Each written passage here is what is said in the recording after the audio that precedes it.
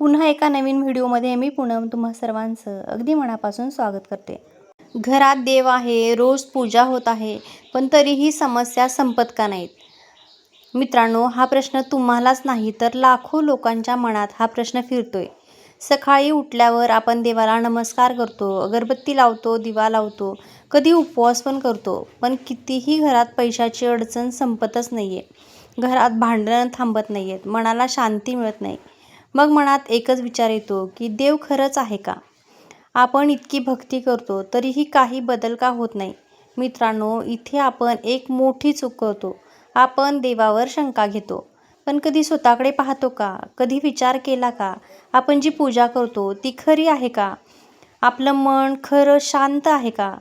की फक्त देवासमोर उभा राहतो? एक गोष्ट लक्षात ठेवा, देव कधीच चुकीचा नसतो, पण आपली पद्धत चुकीची असू शकते. आपण बाहेरून देवाला नमस्कार करतो, पण आतून राग, चिंता, मत्स्य घेऊन जगतो आणि हाच आपल्या समस्यांचं खरं कारण असतं. आजपासून आपण सत्य जाणून घेणार आहोत. घरात देव असूनही समस्या का संपत नाहीत? यामागचं खरं कारण काय आहे? आणि मी पुढे तुम्हाला सांगणार आहे, तुमच्या घरात खरंच देव आहे का? की फक्त फोटो आणि मूर्ती आहेत? म्हणून हा व्हिडिओ शेवटपर्यंत नक्की बघा. आपल्या घरात खरंच देव आहे की फक्त फोटो मूर्ती आहेत, याचं खरं उत्तर जाणून घेऊयात. आपण सगळे घरात सुंदर मंदिर ठेवतो, देवांची मूर्ती ठेवतो, फुलं अर्पण करतो, दिवा लावतो, पण एक गोष्ट प्रामाणिकपणे सांगा, तुम्ही देवाशी बोलतात? मग तुम्ही फक्त तुम्ही देवासमोर उभं राहून जातात? मित्रांनो, देवाला फक्त फोटोमध्ये बंद करून ठेवू नका. ही सर्वात मोठी चूक आहे. देव म्हणजे फक्त मूर्ती नाही, देव म्हणजे ऊर्जा आहे, भावना आहे, जिवंत शक्ती आहे. आणि ही शक्ती जेव्हा सक्रिय होते तेव्हा तुमचं मन त्यांच्याशी जोडलेलं असतं. जर तुम्ही फक्त सवयीने पूजा करत असाल, मन दुसरीकडे आणि शरीर देवासमोर, तर पूजा देवापर्यंत पोहोचणार नाही.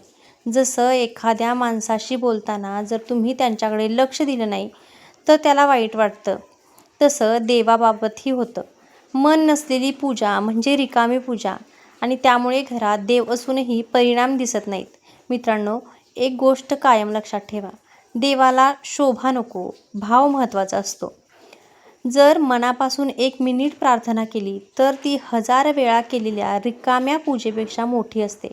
मित्रांनो, आता सगळ्यात मोठं सत्य, देव मंदिरात नाही तर तुमच्या मनात राहतो. हो, हे वाक्य तुम्ही कधी ना कधी ऐकलं असेल, पण आज आपण ते खरं समजून घेणार आहोत. तुम्ही रोज देवासमोर उभं राहतात, हात जोडता, नमस्कार करता, पण एक प्रश्न स्वतःला विचारला का? तुमचं मन शांत आहे का? तुमच्या मनात राग, मत्स्य भरलेला आहे? मित्रांनो, जर मनात सतत नकारात्मक विचार चालू असतील, कोणाबद्दल दोष असेल, इतरांच्या यशावरती तुमचा जळफळाट होत असेल, तर त्या मनात देव कसा राहील? आपण काय करतो माहिती आहे का? बाहेरून आपण भक्त दिसतो, पण आतून आपण अस्वस्थ, तणावग्रस्त आणि नकारात्मक असतो. आणि ही सर्वात मोठी समस्या आहे. देवाला मोठं मंदिर नको असतं, त्यांना स्वच्छ मन हवं असतं. जर तुमचं मन शांत असेल तर छोट्याशा कोपऱ्यात बसलेला देवही तुम्हाला आशीर्वाद देतो. पण जर तुमचं मन गोंधळलेलं असेल तर मोठ्या मंदिरात जाऊनही शांती मिळत नाही. मित्रांनो, जर मन शुद्ध असेल तर देव जवळ राहतो, मन अशुद्ध असेल तर देव दूर जातो. म्हणूनच घरात देव असूनही समस्या संपत नाहीत, कारण देव तुमच्या मनात स्थिर राहिलेला नाही. मित्रांनो, असा एक प्रश्न प्रामाणिकपणे स्वतःला विचारा, तुमच्या घरात शांतता आहे का रोज भांडणं होतात? लहान लहान गोष्टींवरून वाद होतात का? आवाज वाढतो का? रागात शब्द निघतात का? तर उत्तर हो असेल तर इथे तुमच्या समस्येचं मोठं कारण लपलेलं आहे. इथे वाद होतात, तिथे देव टिकत नाही. देव म्हणजे शांती, देव म्हणजे प्रेम, देव म्हणजे सकारात्मक ऊर्जा.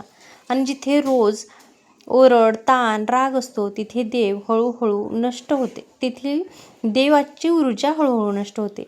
तुम्ही कितीही पूजा करा, दिवा लावा, अगरबत्ती लावा, पण जर घरात सतत भांडणं होत असतील तर त्या पूजेचा परिणाम कमी होतो.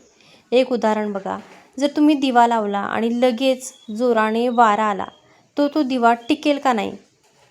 तसंच पूजा म्हणजे दिवा आणि घरातील भांडणं म्हणजे वारा. जोपर्यंत तुम्ही वादाचा वारा थांबवत नाही तोपर्यंत देवाची कृपा टिकणार नाही. मित्रांनो, आजपासून एक छोटासा बदल करा.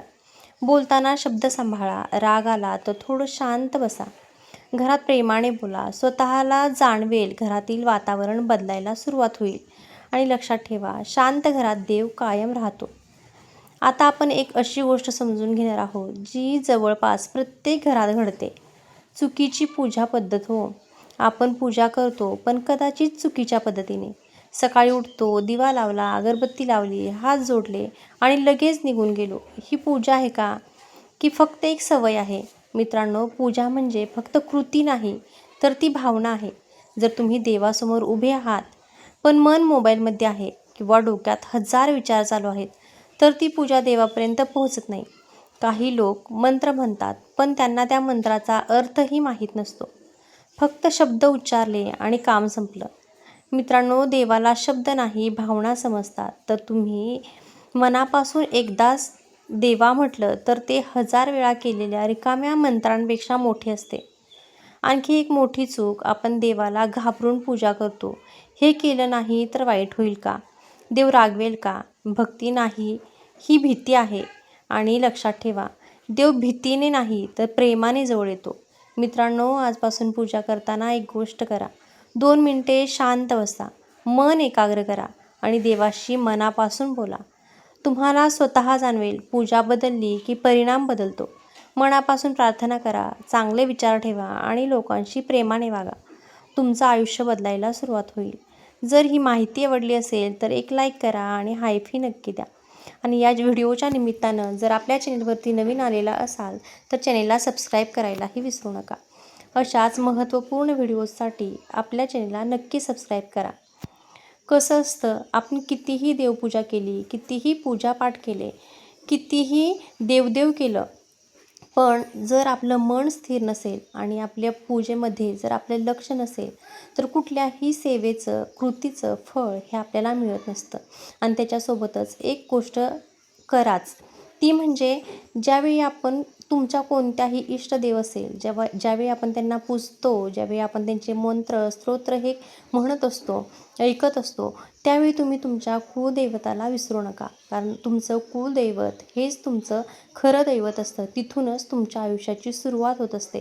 त्यामुळं कोणत्याही देवाची सेवा करण्याअगोदर तुमचं जे कुलदैवत आहे तर त्या कुलदैवताला हे अजिबात विसरू नका. त्यांची सेवा पूजापाठ हेही चालू ठेवा. घरात वातावरण शांत असेल आणि देवाची पूजा मनापासून होत असेल तर त्या ठिकाणी दैवी वास्तव्य हे कायमस्वरूपी राहत असतं.